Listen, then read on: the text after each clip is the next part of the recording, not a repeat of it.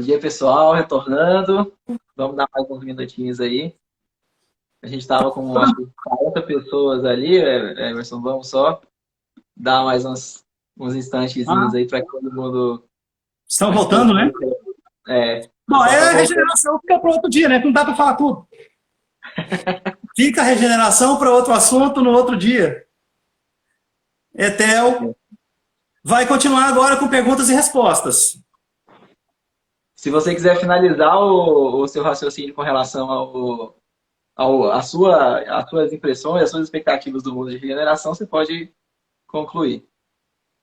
Bom, concluindo mesmo aquela parte da regeneração, que é o resultado do Apocalipse, ou seja, o resultado do cumprimento de todas essas profecias, nós viveremos num mundo bastante diferente do que nós conhecemos hoje. Os próprios corpos, ou seja, os instrumentos biológicos para manifestação na luz da encarnação, terão que se adaptar. Isso vai levar alguns poucos séculos, que para os espíritos é muito pouco tempo. Alguns órgãos já não serão mais necessários, como o baço, por exemplo.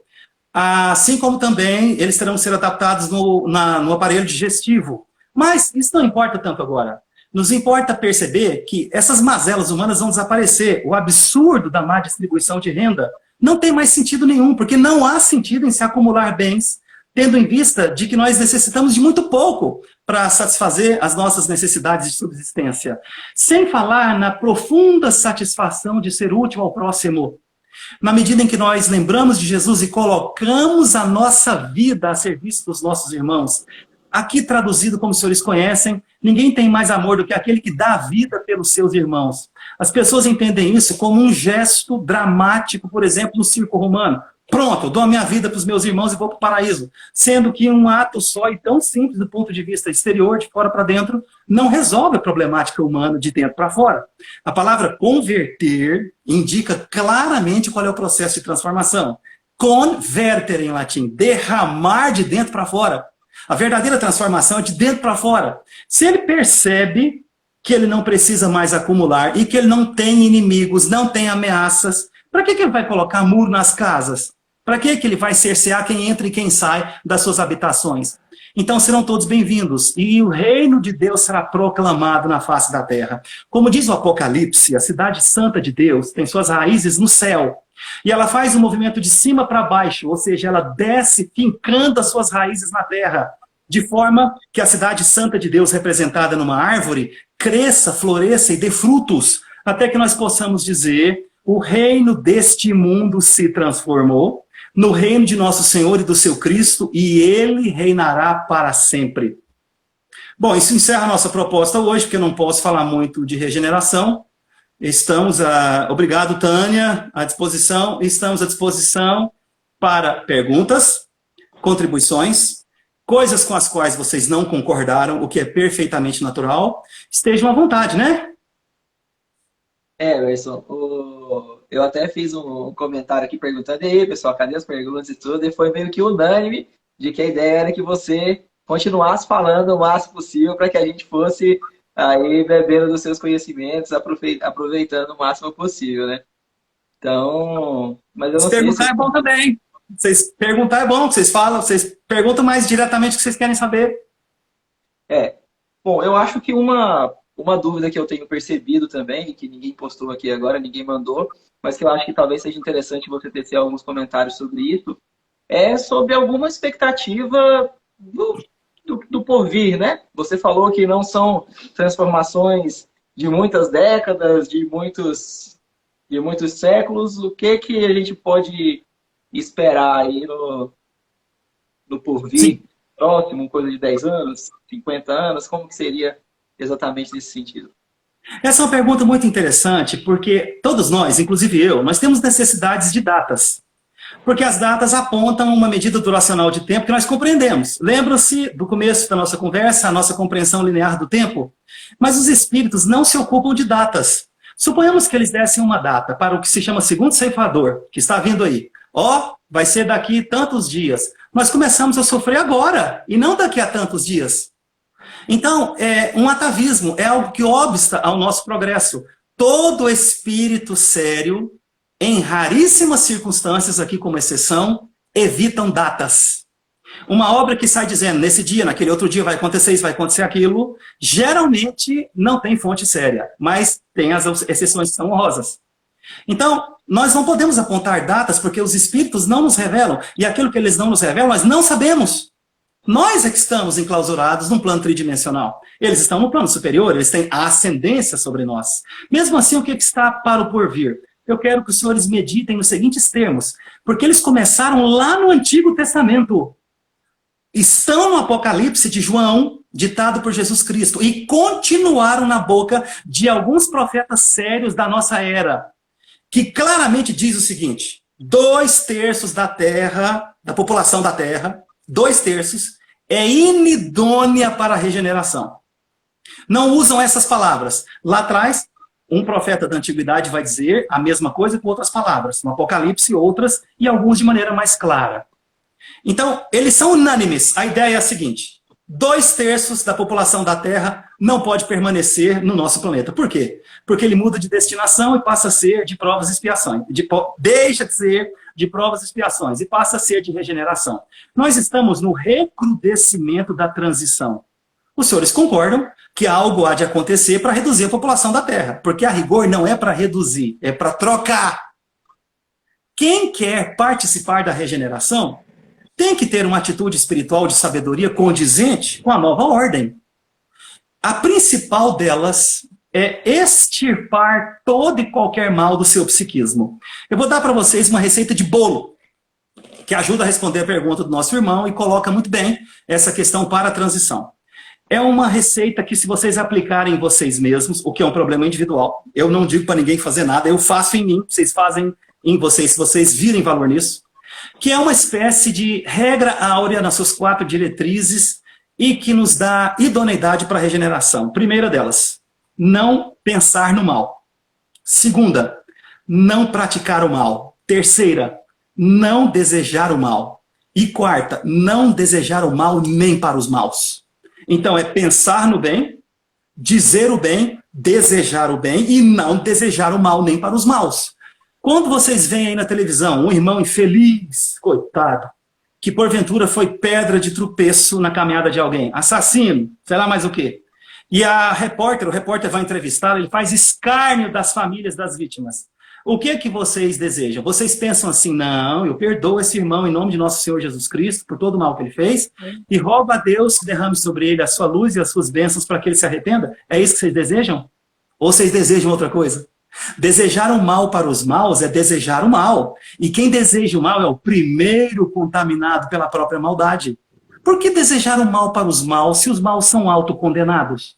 Não existe espaço para o mal na regeneração. É para regenerar.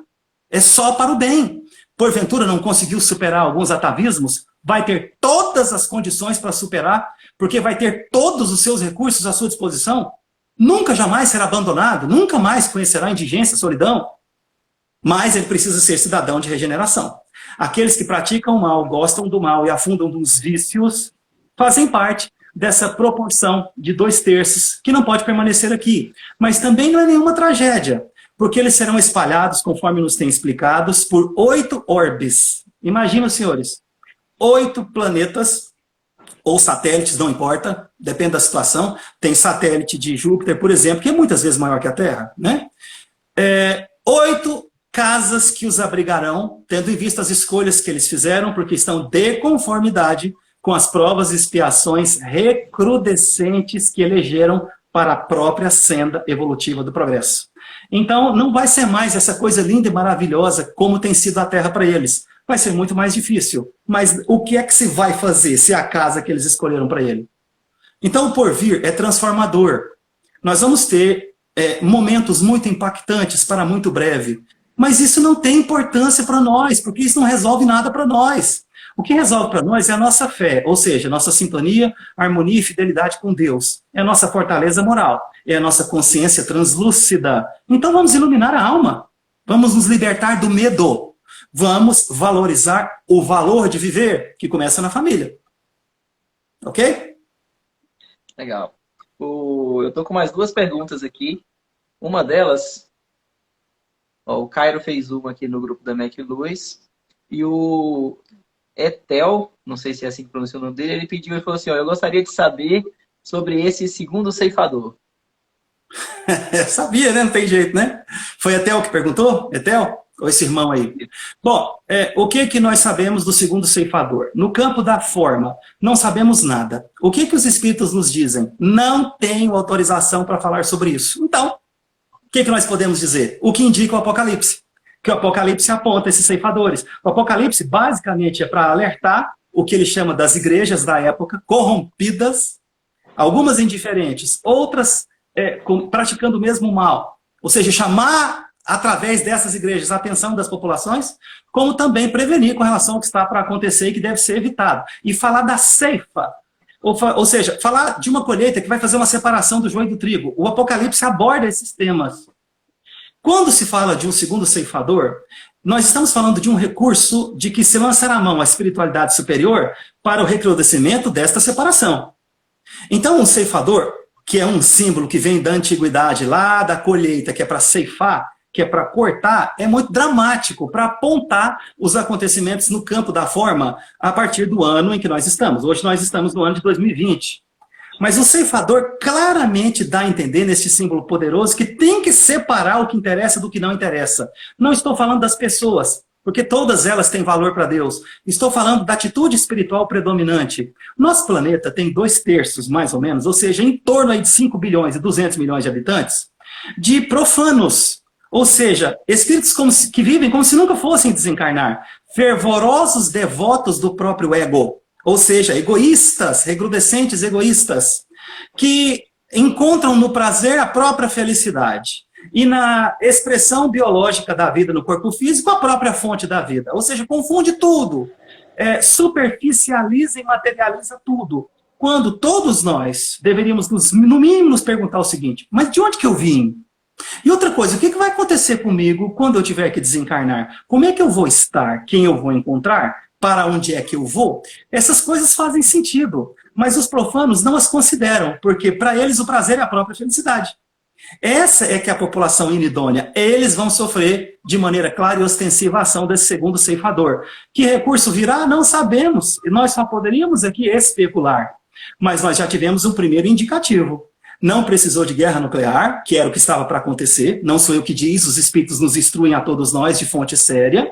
E evitada essa guerra nuclear, eles se utilizaram de um vírus artificial para fazer com que as pessoas voltassem para dentro do lar. E as coisas estão acontecendo. Então nós mais ou menos começamos a compreender como é que eles vão agir. Não precisa desses dramas impactantes, mas as coisas são irrefreáveis no sentido do progresso. A Terra tem que fechar esse ciclo evolutivo que está acabando agora. Nós temos que entrar na regeneração. Nós temos que estar preparados para a era de Aquário, dedicada à riqueza, clareza e iluminação espiritual.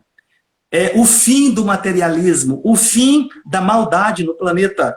E é claro que a população tem que ser a população idônea. Como a maioria é inidônea, de 2/3, ela tem que desaparecer de alguma forma.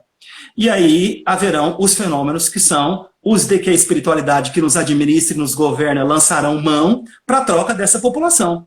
Eu vejo isso como algo profundamente otimista, é algo que me faz regozijar, porque o planeta não podia mais continuar do jeito que ele estava, sofrendo tanta agressão, as pessoas vivendo tão desconectadas de Deus, se desconectando da própria família. Quem se desconecta da família perde o interesse de Deus, que perde o fundamento. Se ele resolver com a família, ele vai conseguir resolver bem na sociedade. Mas se ele não resolveu na família, como que ele vai resolver na sociedade? Se ele não deu testemunho fiel com relação ao menor, como é que ele vai dar no maior? Eu digo menor família. Os consanguíneos ou os que vivem debaixo do mesmo teto, convivem. Depois a família maior, o karma coletivo, a sociedade. É por isso que essas coisas estão acontecendo. O planeta está sendo preservado, começou a respirar de novo, e o planeta vai estar prontinho para a próxima ordem. Eu digo a todos os senhores, espíritas ou não, não importa. Nós não vamos ter outra encarnação de provas e expiações desse planeta. Ninguém vai ter, nenhuma. Estou falando dos encarnados. Esta é a última.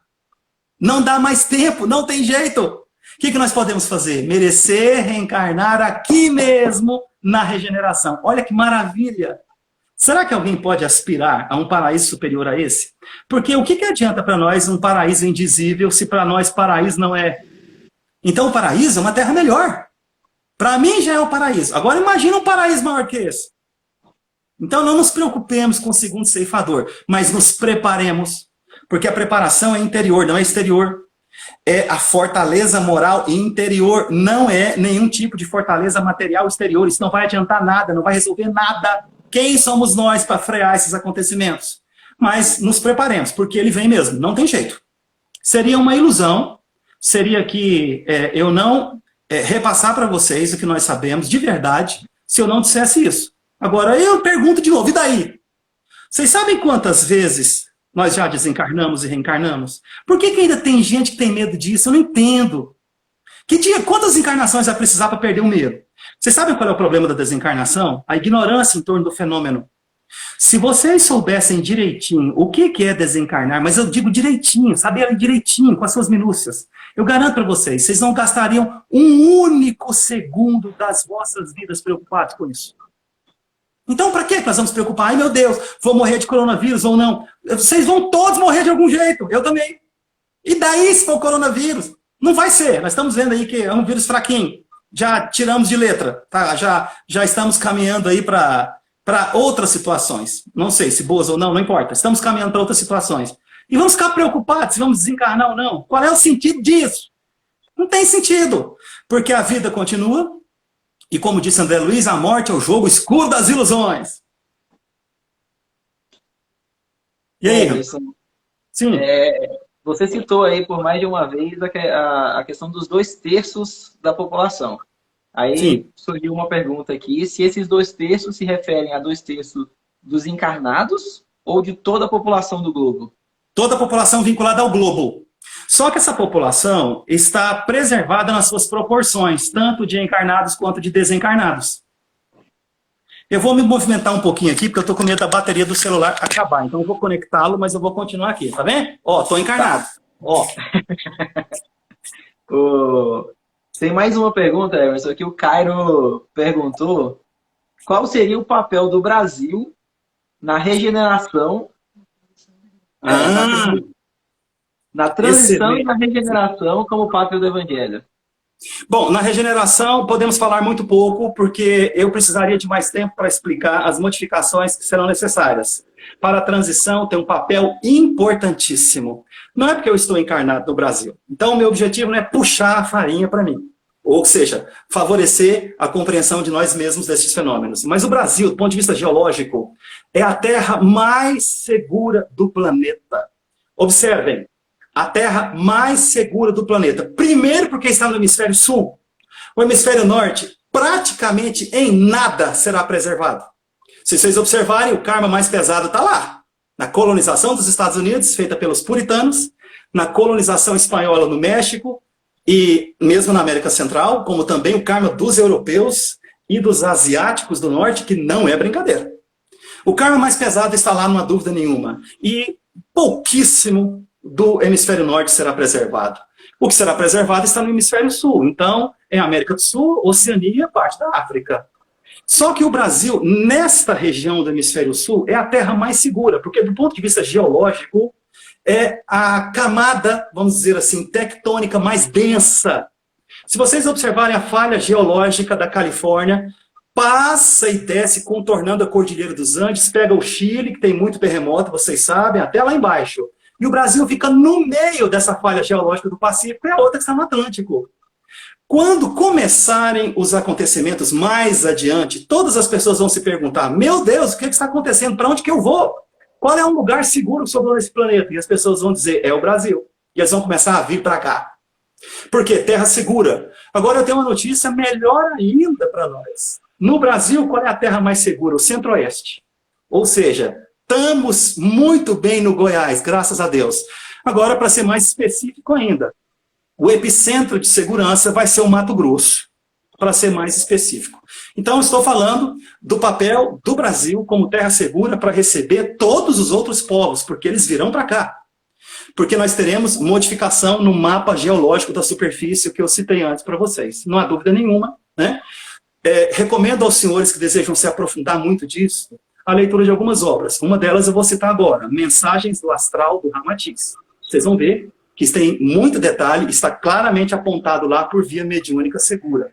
Mas o Brasil também tem todo um caráter que estava no projeto de Jesus Cristo, quando conversou com Ismael, de receber na colonização expatriados, desesperançados e também aqueles que eram os mais trabalhadores da Europa, escolhido o povo português.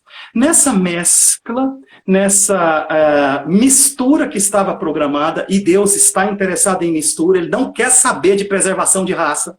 Para ele, essa conversa de pureza de raça é conversa mole, ele quer que mistura, tanto é que quando mistura, que fica bonita, que fica forte, fica resistente. Só os senhores olharem a genética, ela vai corroborar isto. Tem um caráter de hospitalidade natural para receber estrangeiro. Quem viaja para o exterior e vai para alguns países, descobre isso, vê uma comparação. E vê o nosso povo, apesar de seus problemas, tem suas mazelas, é um povo muito receptivo. E vem gente de tudo quanto é canto para cá, muito em breve. Só que não se preocupem, esse muito em breve, do ponto de vista deles, não do nosso. Que muito em breve para nós é poucos meses, poucos anos. Muito em breve para eles é um pouco mais. Nós não temos autoridade para falar datas. Eles não nos revelam datas. Eles nos preparam com relação a acontecimentos. Vide o Apocalipse de João. Então o Brasil é uma terra segura, que não será completamente preservada, mas muito preservada para receber todos os povos. Nós precisamos de preservar isso para poder repovoar o nosso planeta quando estiverem todas as transformações já materializadas. Legal. Você tem mais uma pergunta também com relação aos desencarnes, aos expatriados. Quem perguntou foi Santos Alessandra. Então, Alessandra Santos. Quando numa família, pais são separados dos seus filhos, pai trigo e filho joio, por exemplo, ela citou aqui, perderás de vez o vínculo familiar? Quando ocorrem essas separações, nós apenas observamos o mapa histórico evolutivo, em outras palavras, ou numa palavra só, o karma dessas famílias. Essas coisas acontecem tendo em vista as escolhas que nós mesmos fizemos. Essa separação de corpos não implica necessariamente numa separação espiritual. O verdadeiro vínculo espiritual, a verdadeira afinidade, o verdadeiro intercâmbio energético, ou seja, a verdadeira comunicação de alma para alma, não necessita da presença física, do corpo físico. Se isso ocorre, não é necessária uma separação real. Seria aquela que o livre-arbítrio impõe. Não quero me relacionar com essa pessoa, não quero vínculo com aquela outra. É uma ilusão de que nós estamos separados uns dos outros. Não estamos, porém, precisamos descobrir isso. Se isso ocorre, nós não vamos nos escandalizar e nem nos perturbar, porque as circunstâncias assim nos pedem. Mas guardemos a consciência de que no momento certo nós vamos nos reunir. A vida é eterna e nós vamos experimentar acontecimentos muito impactantes. Essas coisas vão acontecer. E eu pergunto de novo, mas e daí? Nós temos que estar sempre bem com nós mesmos, para que nós possamos estar bem com os outros depois. Se nós, dentro de nós, não estamos resolvidos, ou seja, não temos consciência da nossa própria natureza, das nossas limitações, do nosso desejo de melhorar, nós não temos condição de participar harmoniosamente com nenhum membro da nossa família. Apesar do constrangimento de convivência até certo ponto, não há necessariamente vínculo espiritual pela afinidade. Se ocorre algum tipo de separação, mesmo que seja pela invigilância do passado, mesmo que seja por algum acontecimento dramático, a que nós nos permitimos, perdoemo-nos. Eu me lembro de uma frase de André Luiz, em determinada obra: Deus nunca vai separar duas almas que se amam. Se Deus não vai separar, não separemos nós, e não nos preocupemos com essas coisas. E com relação aos entes queridos que já desencarnaram? Por que nós somos constrangidos a nos acostumar com esta relativa separação? É porque é necessário. É para a educação dos sentimentos. Mesma coisa quando um consanguíneo, por um motivo ou por outro, tem que ir embora. Outra coisa, Raul Teixeira falou disso numa certa palestra. O imã kármico. Vocês vão perceber que na época certa a pessoa vai sentir uma vontade enorme de viajar para determinado lugar. Não adianta, não tem como parar. É o lugar onde ele precisa estar quando começarem as mudanças. Não tem jeito. Então, eu já falei aqui para o pessoal. Daqui eu não saio, daqui ninguém me tira. Finquei as raízes no Goiás. E se quiser me convidar para ir para algum lugar, me convida para ir no Mato Grosso. Mas a Cláudia... Não sei se responde a pergunta, né? Não, eu acho que você comentou sim, e eu acredito, e eu acho até que a gente consegue buscar uma comparação, porque eu acho que todos nós temos isso, eu tenho, aqueles amigos que são muito queridos, que a gente passa muito tempo longe, até mesmo sem comunicação. A gente pode hoje ligar, se eu quiser eu posso ligar para eles hoje, mas a gente não faz. Mas quando a gente se vê, o afeto não diminuiu, o carinho não diminuiu. Então, se isso acontece aqui no próprio plano terreno e material, isso na eternidade, com certeza, é ainda mais simplificado, né? A Cláudia fez uma pergunta, o Emerson. Estou querendo um pouquinho mais de detalhes sobre a questão da inclinação do eixo da Terra. Que você citou lá os graus de inclinação, a questão da instabilidade. A pergunta dela foi assim, ó, o eixo da Terra, ele é explicado na Gênesis? Por isso eu queria entender sobre esse eixo da Terra. Ela queria entender sobre esse comentário seu sobre a inclinação do eixo da Terra. Sim, ele é explicado, mas nós entramos na mesma dinâmica anterior quando falamos de João Evangelista. Que termos ele ia se utilizar para falar dessa inclinação? Eu não me lembro especificamente, eu tenho que voltar a olhar, mas ele usou a linguagem apropriada para se referir a essa inclinação. Este livro do Ramatiz explica isso, Mensagens do Astral. Mas qual é a questão da inclinação do eixo da Terra? Na concepção do sistema, nós observamos que o nosso planeta é muito pequenininho e ele é protegido por Júpiter, que tem uma gravitação muito superior. Por que nosso planeta tem vida? Do ponto de vista astrofísico, porque todo meteorito, meteoro, todo cometa, todo corpo estranho que entra na órbita do nosso sistema, portanto é atraído pelo Sol, quando vai atingir a Terra, é sugado pela gravitação de Júpiter antes. E o que é que cai aqui? Bloquinhos menores desses corpos estranhos. Então, a gente vê que o nosso planeta é parte harmoniosa do sistema que nós conhecemos, regido por uma estrela de quinta grandeza. Detalhe, ele tem o eixo muito inclinado. Por que esse eixo está inclinado? Porque no projeto sideral dos engenheiros cósmicos, durante toda esta fase, ele seria de provas e expiações. O espírito de Hermance Truffaut nos diz que esta parcela da humanidade não é a civilização, veja, é maior. Esta parcela da humanidade está vinculada ao planeta já há mais ou menos 40 mil anos. Então, nós já estivemos aqui em outras civilizações, muito provavelmente, quase certamente, e todas elas de provas e expiações. Quando eles vão desenhar um planeta de provas e expiações, eles não podem desenhar um planeta estável, porque o planeta tem que ser condizente com os espíritos que vão habitá-lo. Se os espíritos são de provas e expiações, o eixo tem que ser inclinado, porque é daí que vem as provações. O homem não tem que derramar o próprio suor para retirar da terra a sua subsistência? Ou ele recebeu isso pronto, bonitinho, sem ter que fazer esforço? O homem não tem que superar as aparentes vicissitudes do meio? A irregularidade aparente e relativa do relevo, das paisagens? Ele não tem que melhorar o ecossistema? Ele não tem que entender que ele faz parte disso? Na medida em que vem a provação, ele tem a oportunidade de, tendo sido provocadas as suas faculdades, desenvolver-se, aprimorar-se, evoluir. Então ele foi desenhado com eixo inclinado, 23 graus e 30 minutos, porque era próprio, do ponto de vista didático, para as provas e expiações a que seus futuros habitantes se submeteriam. Como essa fase acabou, o eixo tem que corrigir-se. Aí eu pergunto, tendo em vista o caráter do que foi colocado agora, como é que se corrige um eixo planetário? Que eu saiba, só existe um jeito. Já vou dizendo que quem assistiu aqui o desenho Dragon Ball Z, sabe que não vai ter esfera do dragão para poder pedir um ser super poderoso para realizar uma obra dessa. Não existe um gigante que vai chegar com um dedo e corrigir, desentortar nosso planeta. Não é assim. Um planeta só tem sua órbita modificada ou sua gravitação influenciada quando ele sofre a ação de um planeta que lhe é gravitacionalmente superior. Aí o que ele faz? Ele entra no nosso sistema, a rigor ele já está aí, porque ele nunca saiu do sistema, ele só tem uma órbita muito elíptica, ele tem tanto um afélio quanto um periélio muito irregulares, ou seja, uma maior proximidade com o Sol e uma distância maior do Sol muito irregulares, e que vai influenciar o nosso planeta. E quando ele começar a influenciar, conforme aponta o Apocalipse, mas também, mais adiante, Nostradamus, nas suas centúrias, nós vamos perceber que o eixo vai se ajustar.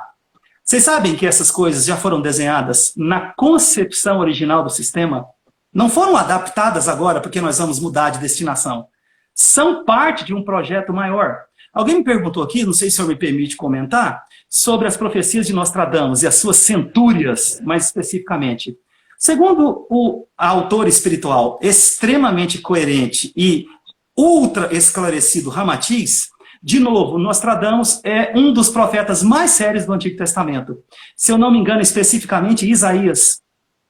Então, Nostradamus, de novo, entrou no mesmo estado de arrebatamento espiritual que João Evangelista, tomou conhecimento destas coisas e decodificou nos seus símbolos. E realmente foi um profeta muito poderoso. O problema é que as pessoas querem dar para essas centúrias, no caso, interpretações imediatistas, contaminadas pelos seus regionalismos culturais. Ele tem que entrar no espírito da letra. Todo símbolo é um código que vem de um plano superior. A sabedoria nos ensina, como, por exemplo, a interpretação dos sonhos, a decodificar esses símbolos.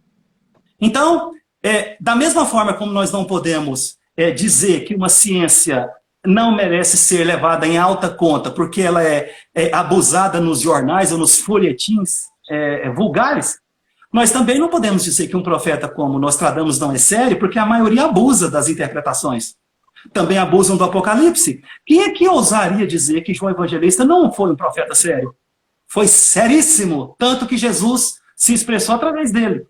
Então, na minha opinião, estou totalmente harmonizado com o Ramatiz.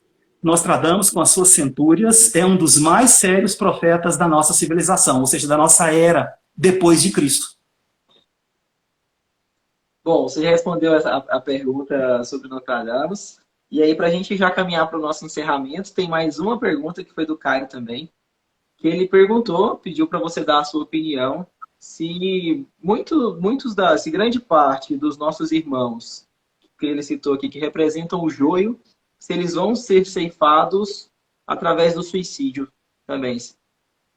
De maneira alguma, não existe no plano espiritual, nunca, jamais, programação para o suicídio. O suicídio é sem nenhum julgamento da nossa parte, hein? Lembre-se, nenhum julgamento da nossa parte. Uma decisão sempre bastante infeliz de quem pratica.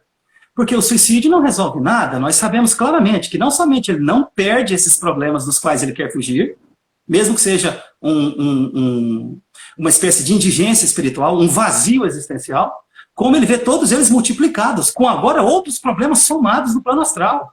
O homem não é dono da vida, porque ele não é a vida. Nós não somos a vida. Deus é a vida da qual nós, os vivos, participamos. Então o que o suicídio faz é piorar tudo. Como é que alguém no plano espiritual vai desenhar suicídio? Para desenhar uma problemática terrível para os que estão encarnados? Não é necessário, porque eles têm seus recursos e eles são naturais. De novo, o primeiro ceifador, esse que nós acabamos de ver, coronavírus, ele provoca o suicídio de alguém? É claro que não. Então, ele está agindo conforme um primeiro momento nesta fase, mas virão outros. Não tem suicídio programado. E o suicídio é sempre produto de um desconhecimento das leis espirituais, um desconhecimento da própria situação. Por pior que seja o problema, suponhamos que seja uma doença dolorosa. Aqui na Terra tem anestesia, olha que bênção. Tem cama de hospital, tem visita de parente. Não quer visita de parente? Então fica sem visita de parente, tem opção. Tem, enfim, remédio para cuidar, tem exercício para fazer, tem terapêutica para buscar. Por que optar pelo suicídio? Sempre tem uma outra opção, muito melhor. Então ele foge do suicídio. Nunca jamais no plano espiritual alguém reencarnou para suicidar. Nunca jamais isso foi desenhado. Não tem exceção, vocês entendem? Não tem exceção. Se porventura alguém faz isso como faz, é opção dele, é livre-arbítrio dele. E aí tem que arcar com as consequências. Agora, essas consequências não são para punir quem se suicida, que nós não desejamos, sequer que sofram. Mas é fato, sofrem muito. Todo suicida encontra no plano espiritual o seguinte em comum. E é a única coisa que tem em comum para todos aqueles que se suicidam. Ele encontra decepção e sofrimento. Isso realmente todo suicida encontra, em maior ou menor grau ou intensidade. Eu sei que existem agravantes e atenuantes, claro que eu sei. Também estudamos muito sobre esse tema, né? Muito importante. Mas, a partir daí, é uma questão individual.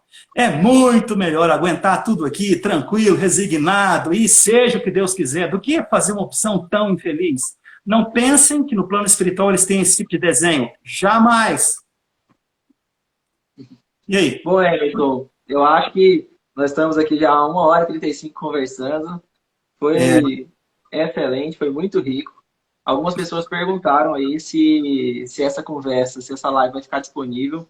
Ela fica, o Instagram ele permite a gente deixar ela no ar ainda no Stories da Mac Lewis, que é a página pela qual eu estou conversando aqui, o perfil.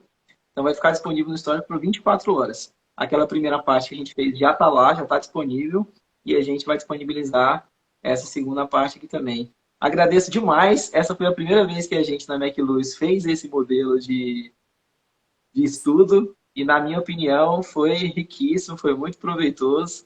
Agradeço mais uma vez aí a sua participação, todo mundo que esteve aí com a gente, que aproveitou desses instantes aí, e que Jesus abençoe todos nós, desses instantes que nós vamos passar, que a gente siga com a tranquilidade que o Espiritismo, com o consolo que o Espiritismo nos traz, enfrentando as dificuldades que estão, na verdade, alavancas para o nosso crescimento, para o nosso progresso, né? Então, muito obrigado mesmo, Emerson. Sempre muito bom ouvir você falar. Muito obrigado a todos vocês. Estou vendo aqui muitas pessoas me agradecendo. Muito obrigado também pela companhia, pela paciência. Eu me coloco sempre à disposição, queridos irmãos aí da mocidade. Parabéns a todos vocês pela busca do conhecimento. Todos nós estamos buscando. Se alguém precisar, pode entrar em contato pessoal comigo. Eu estou à disposição, com muita alegria, com muito prazer. Obrigado a todos vocês. Obrigado pela oportunidade. Obrigado, Emerson. Então é isso, Tchau. gente. Vamos encerrando aqui a live. Até mais. Grande abraço. Tchau, pessoal. Um Obrigado. abraço, Emerson. Com Deus. Com Deus.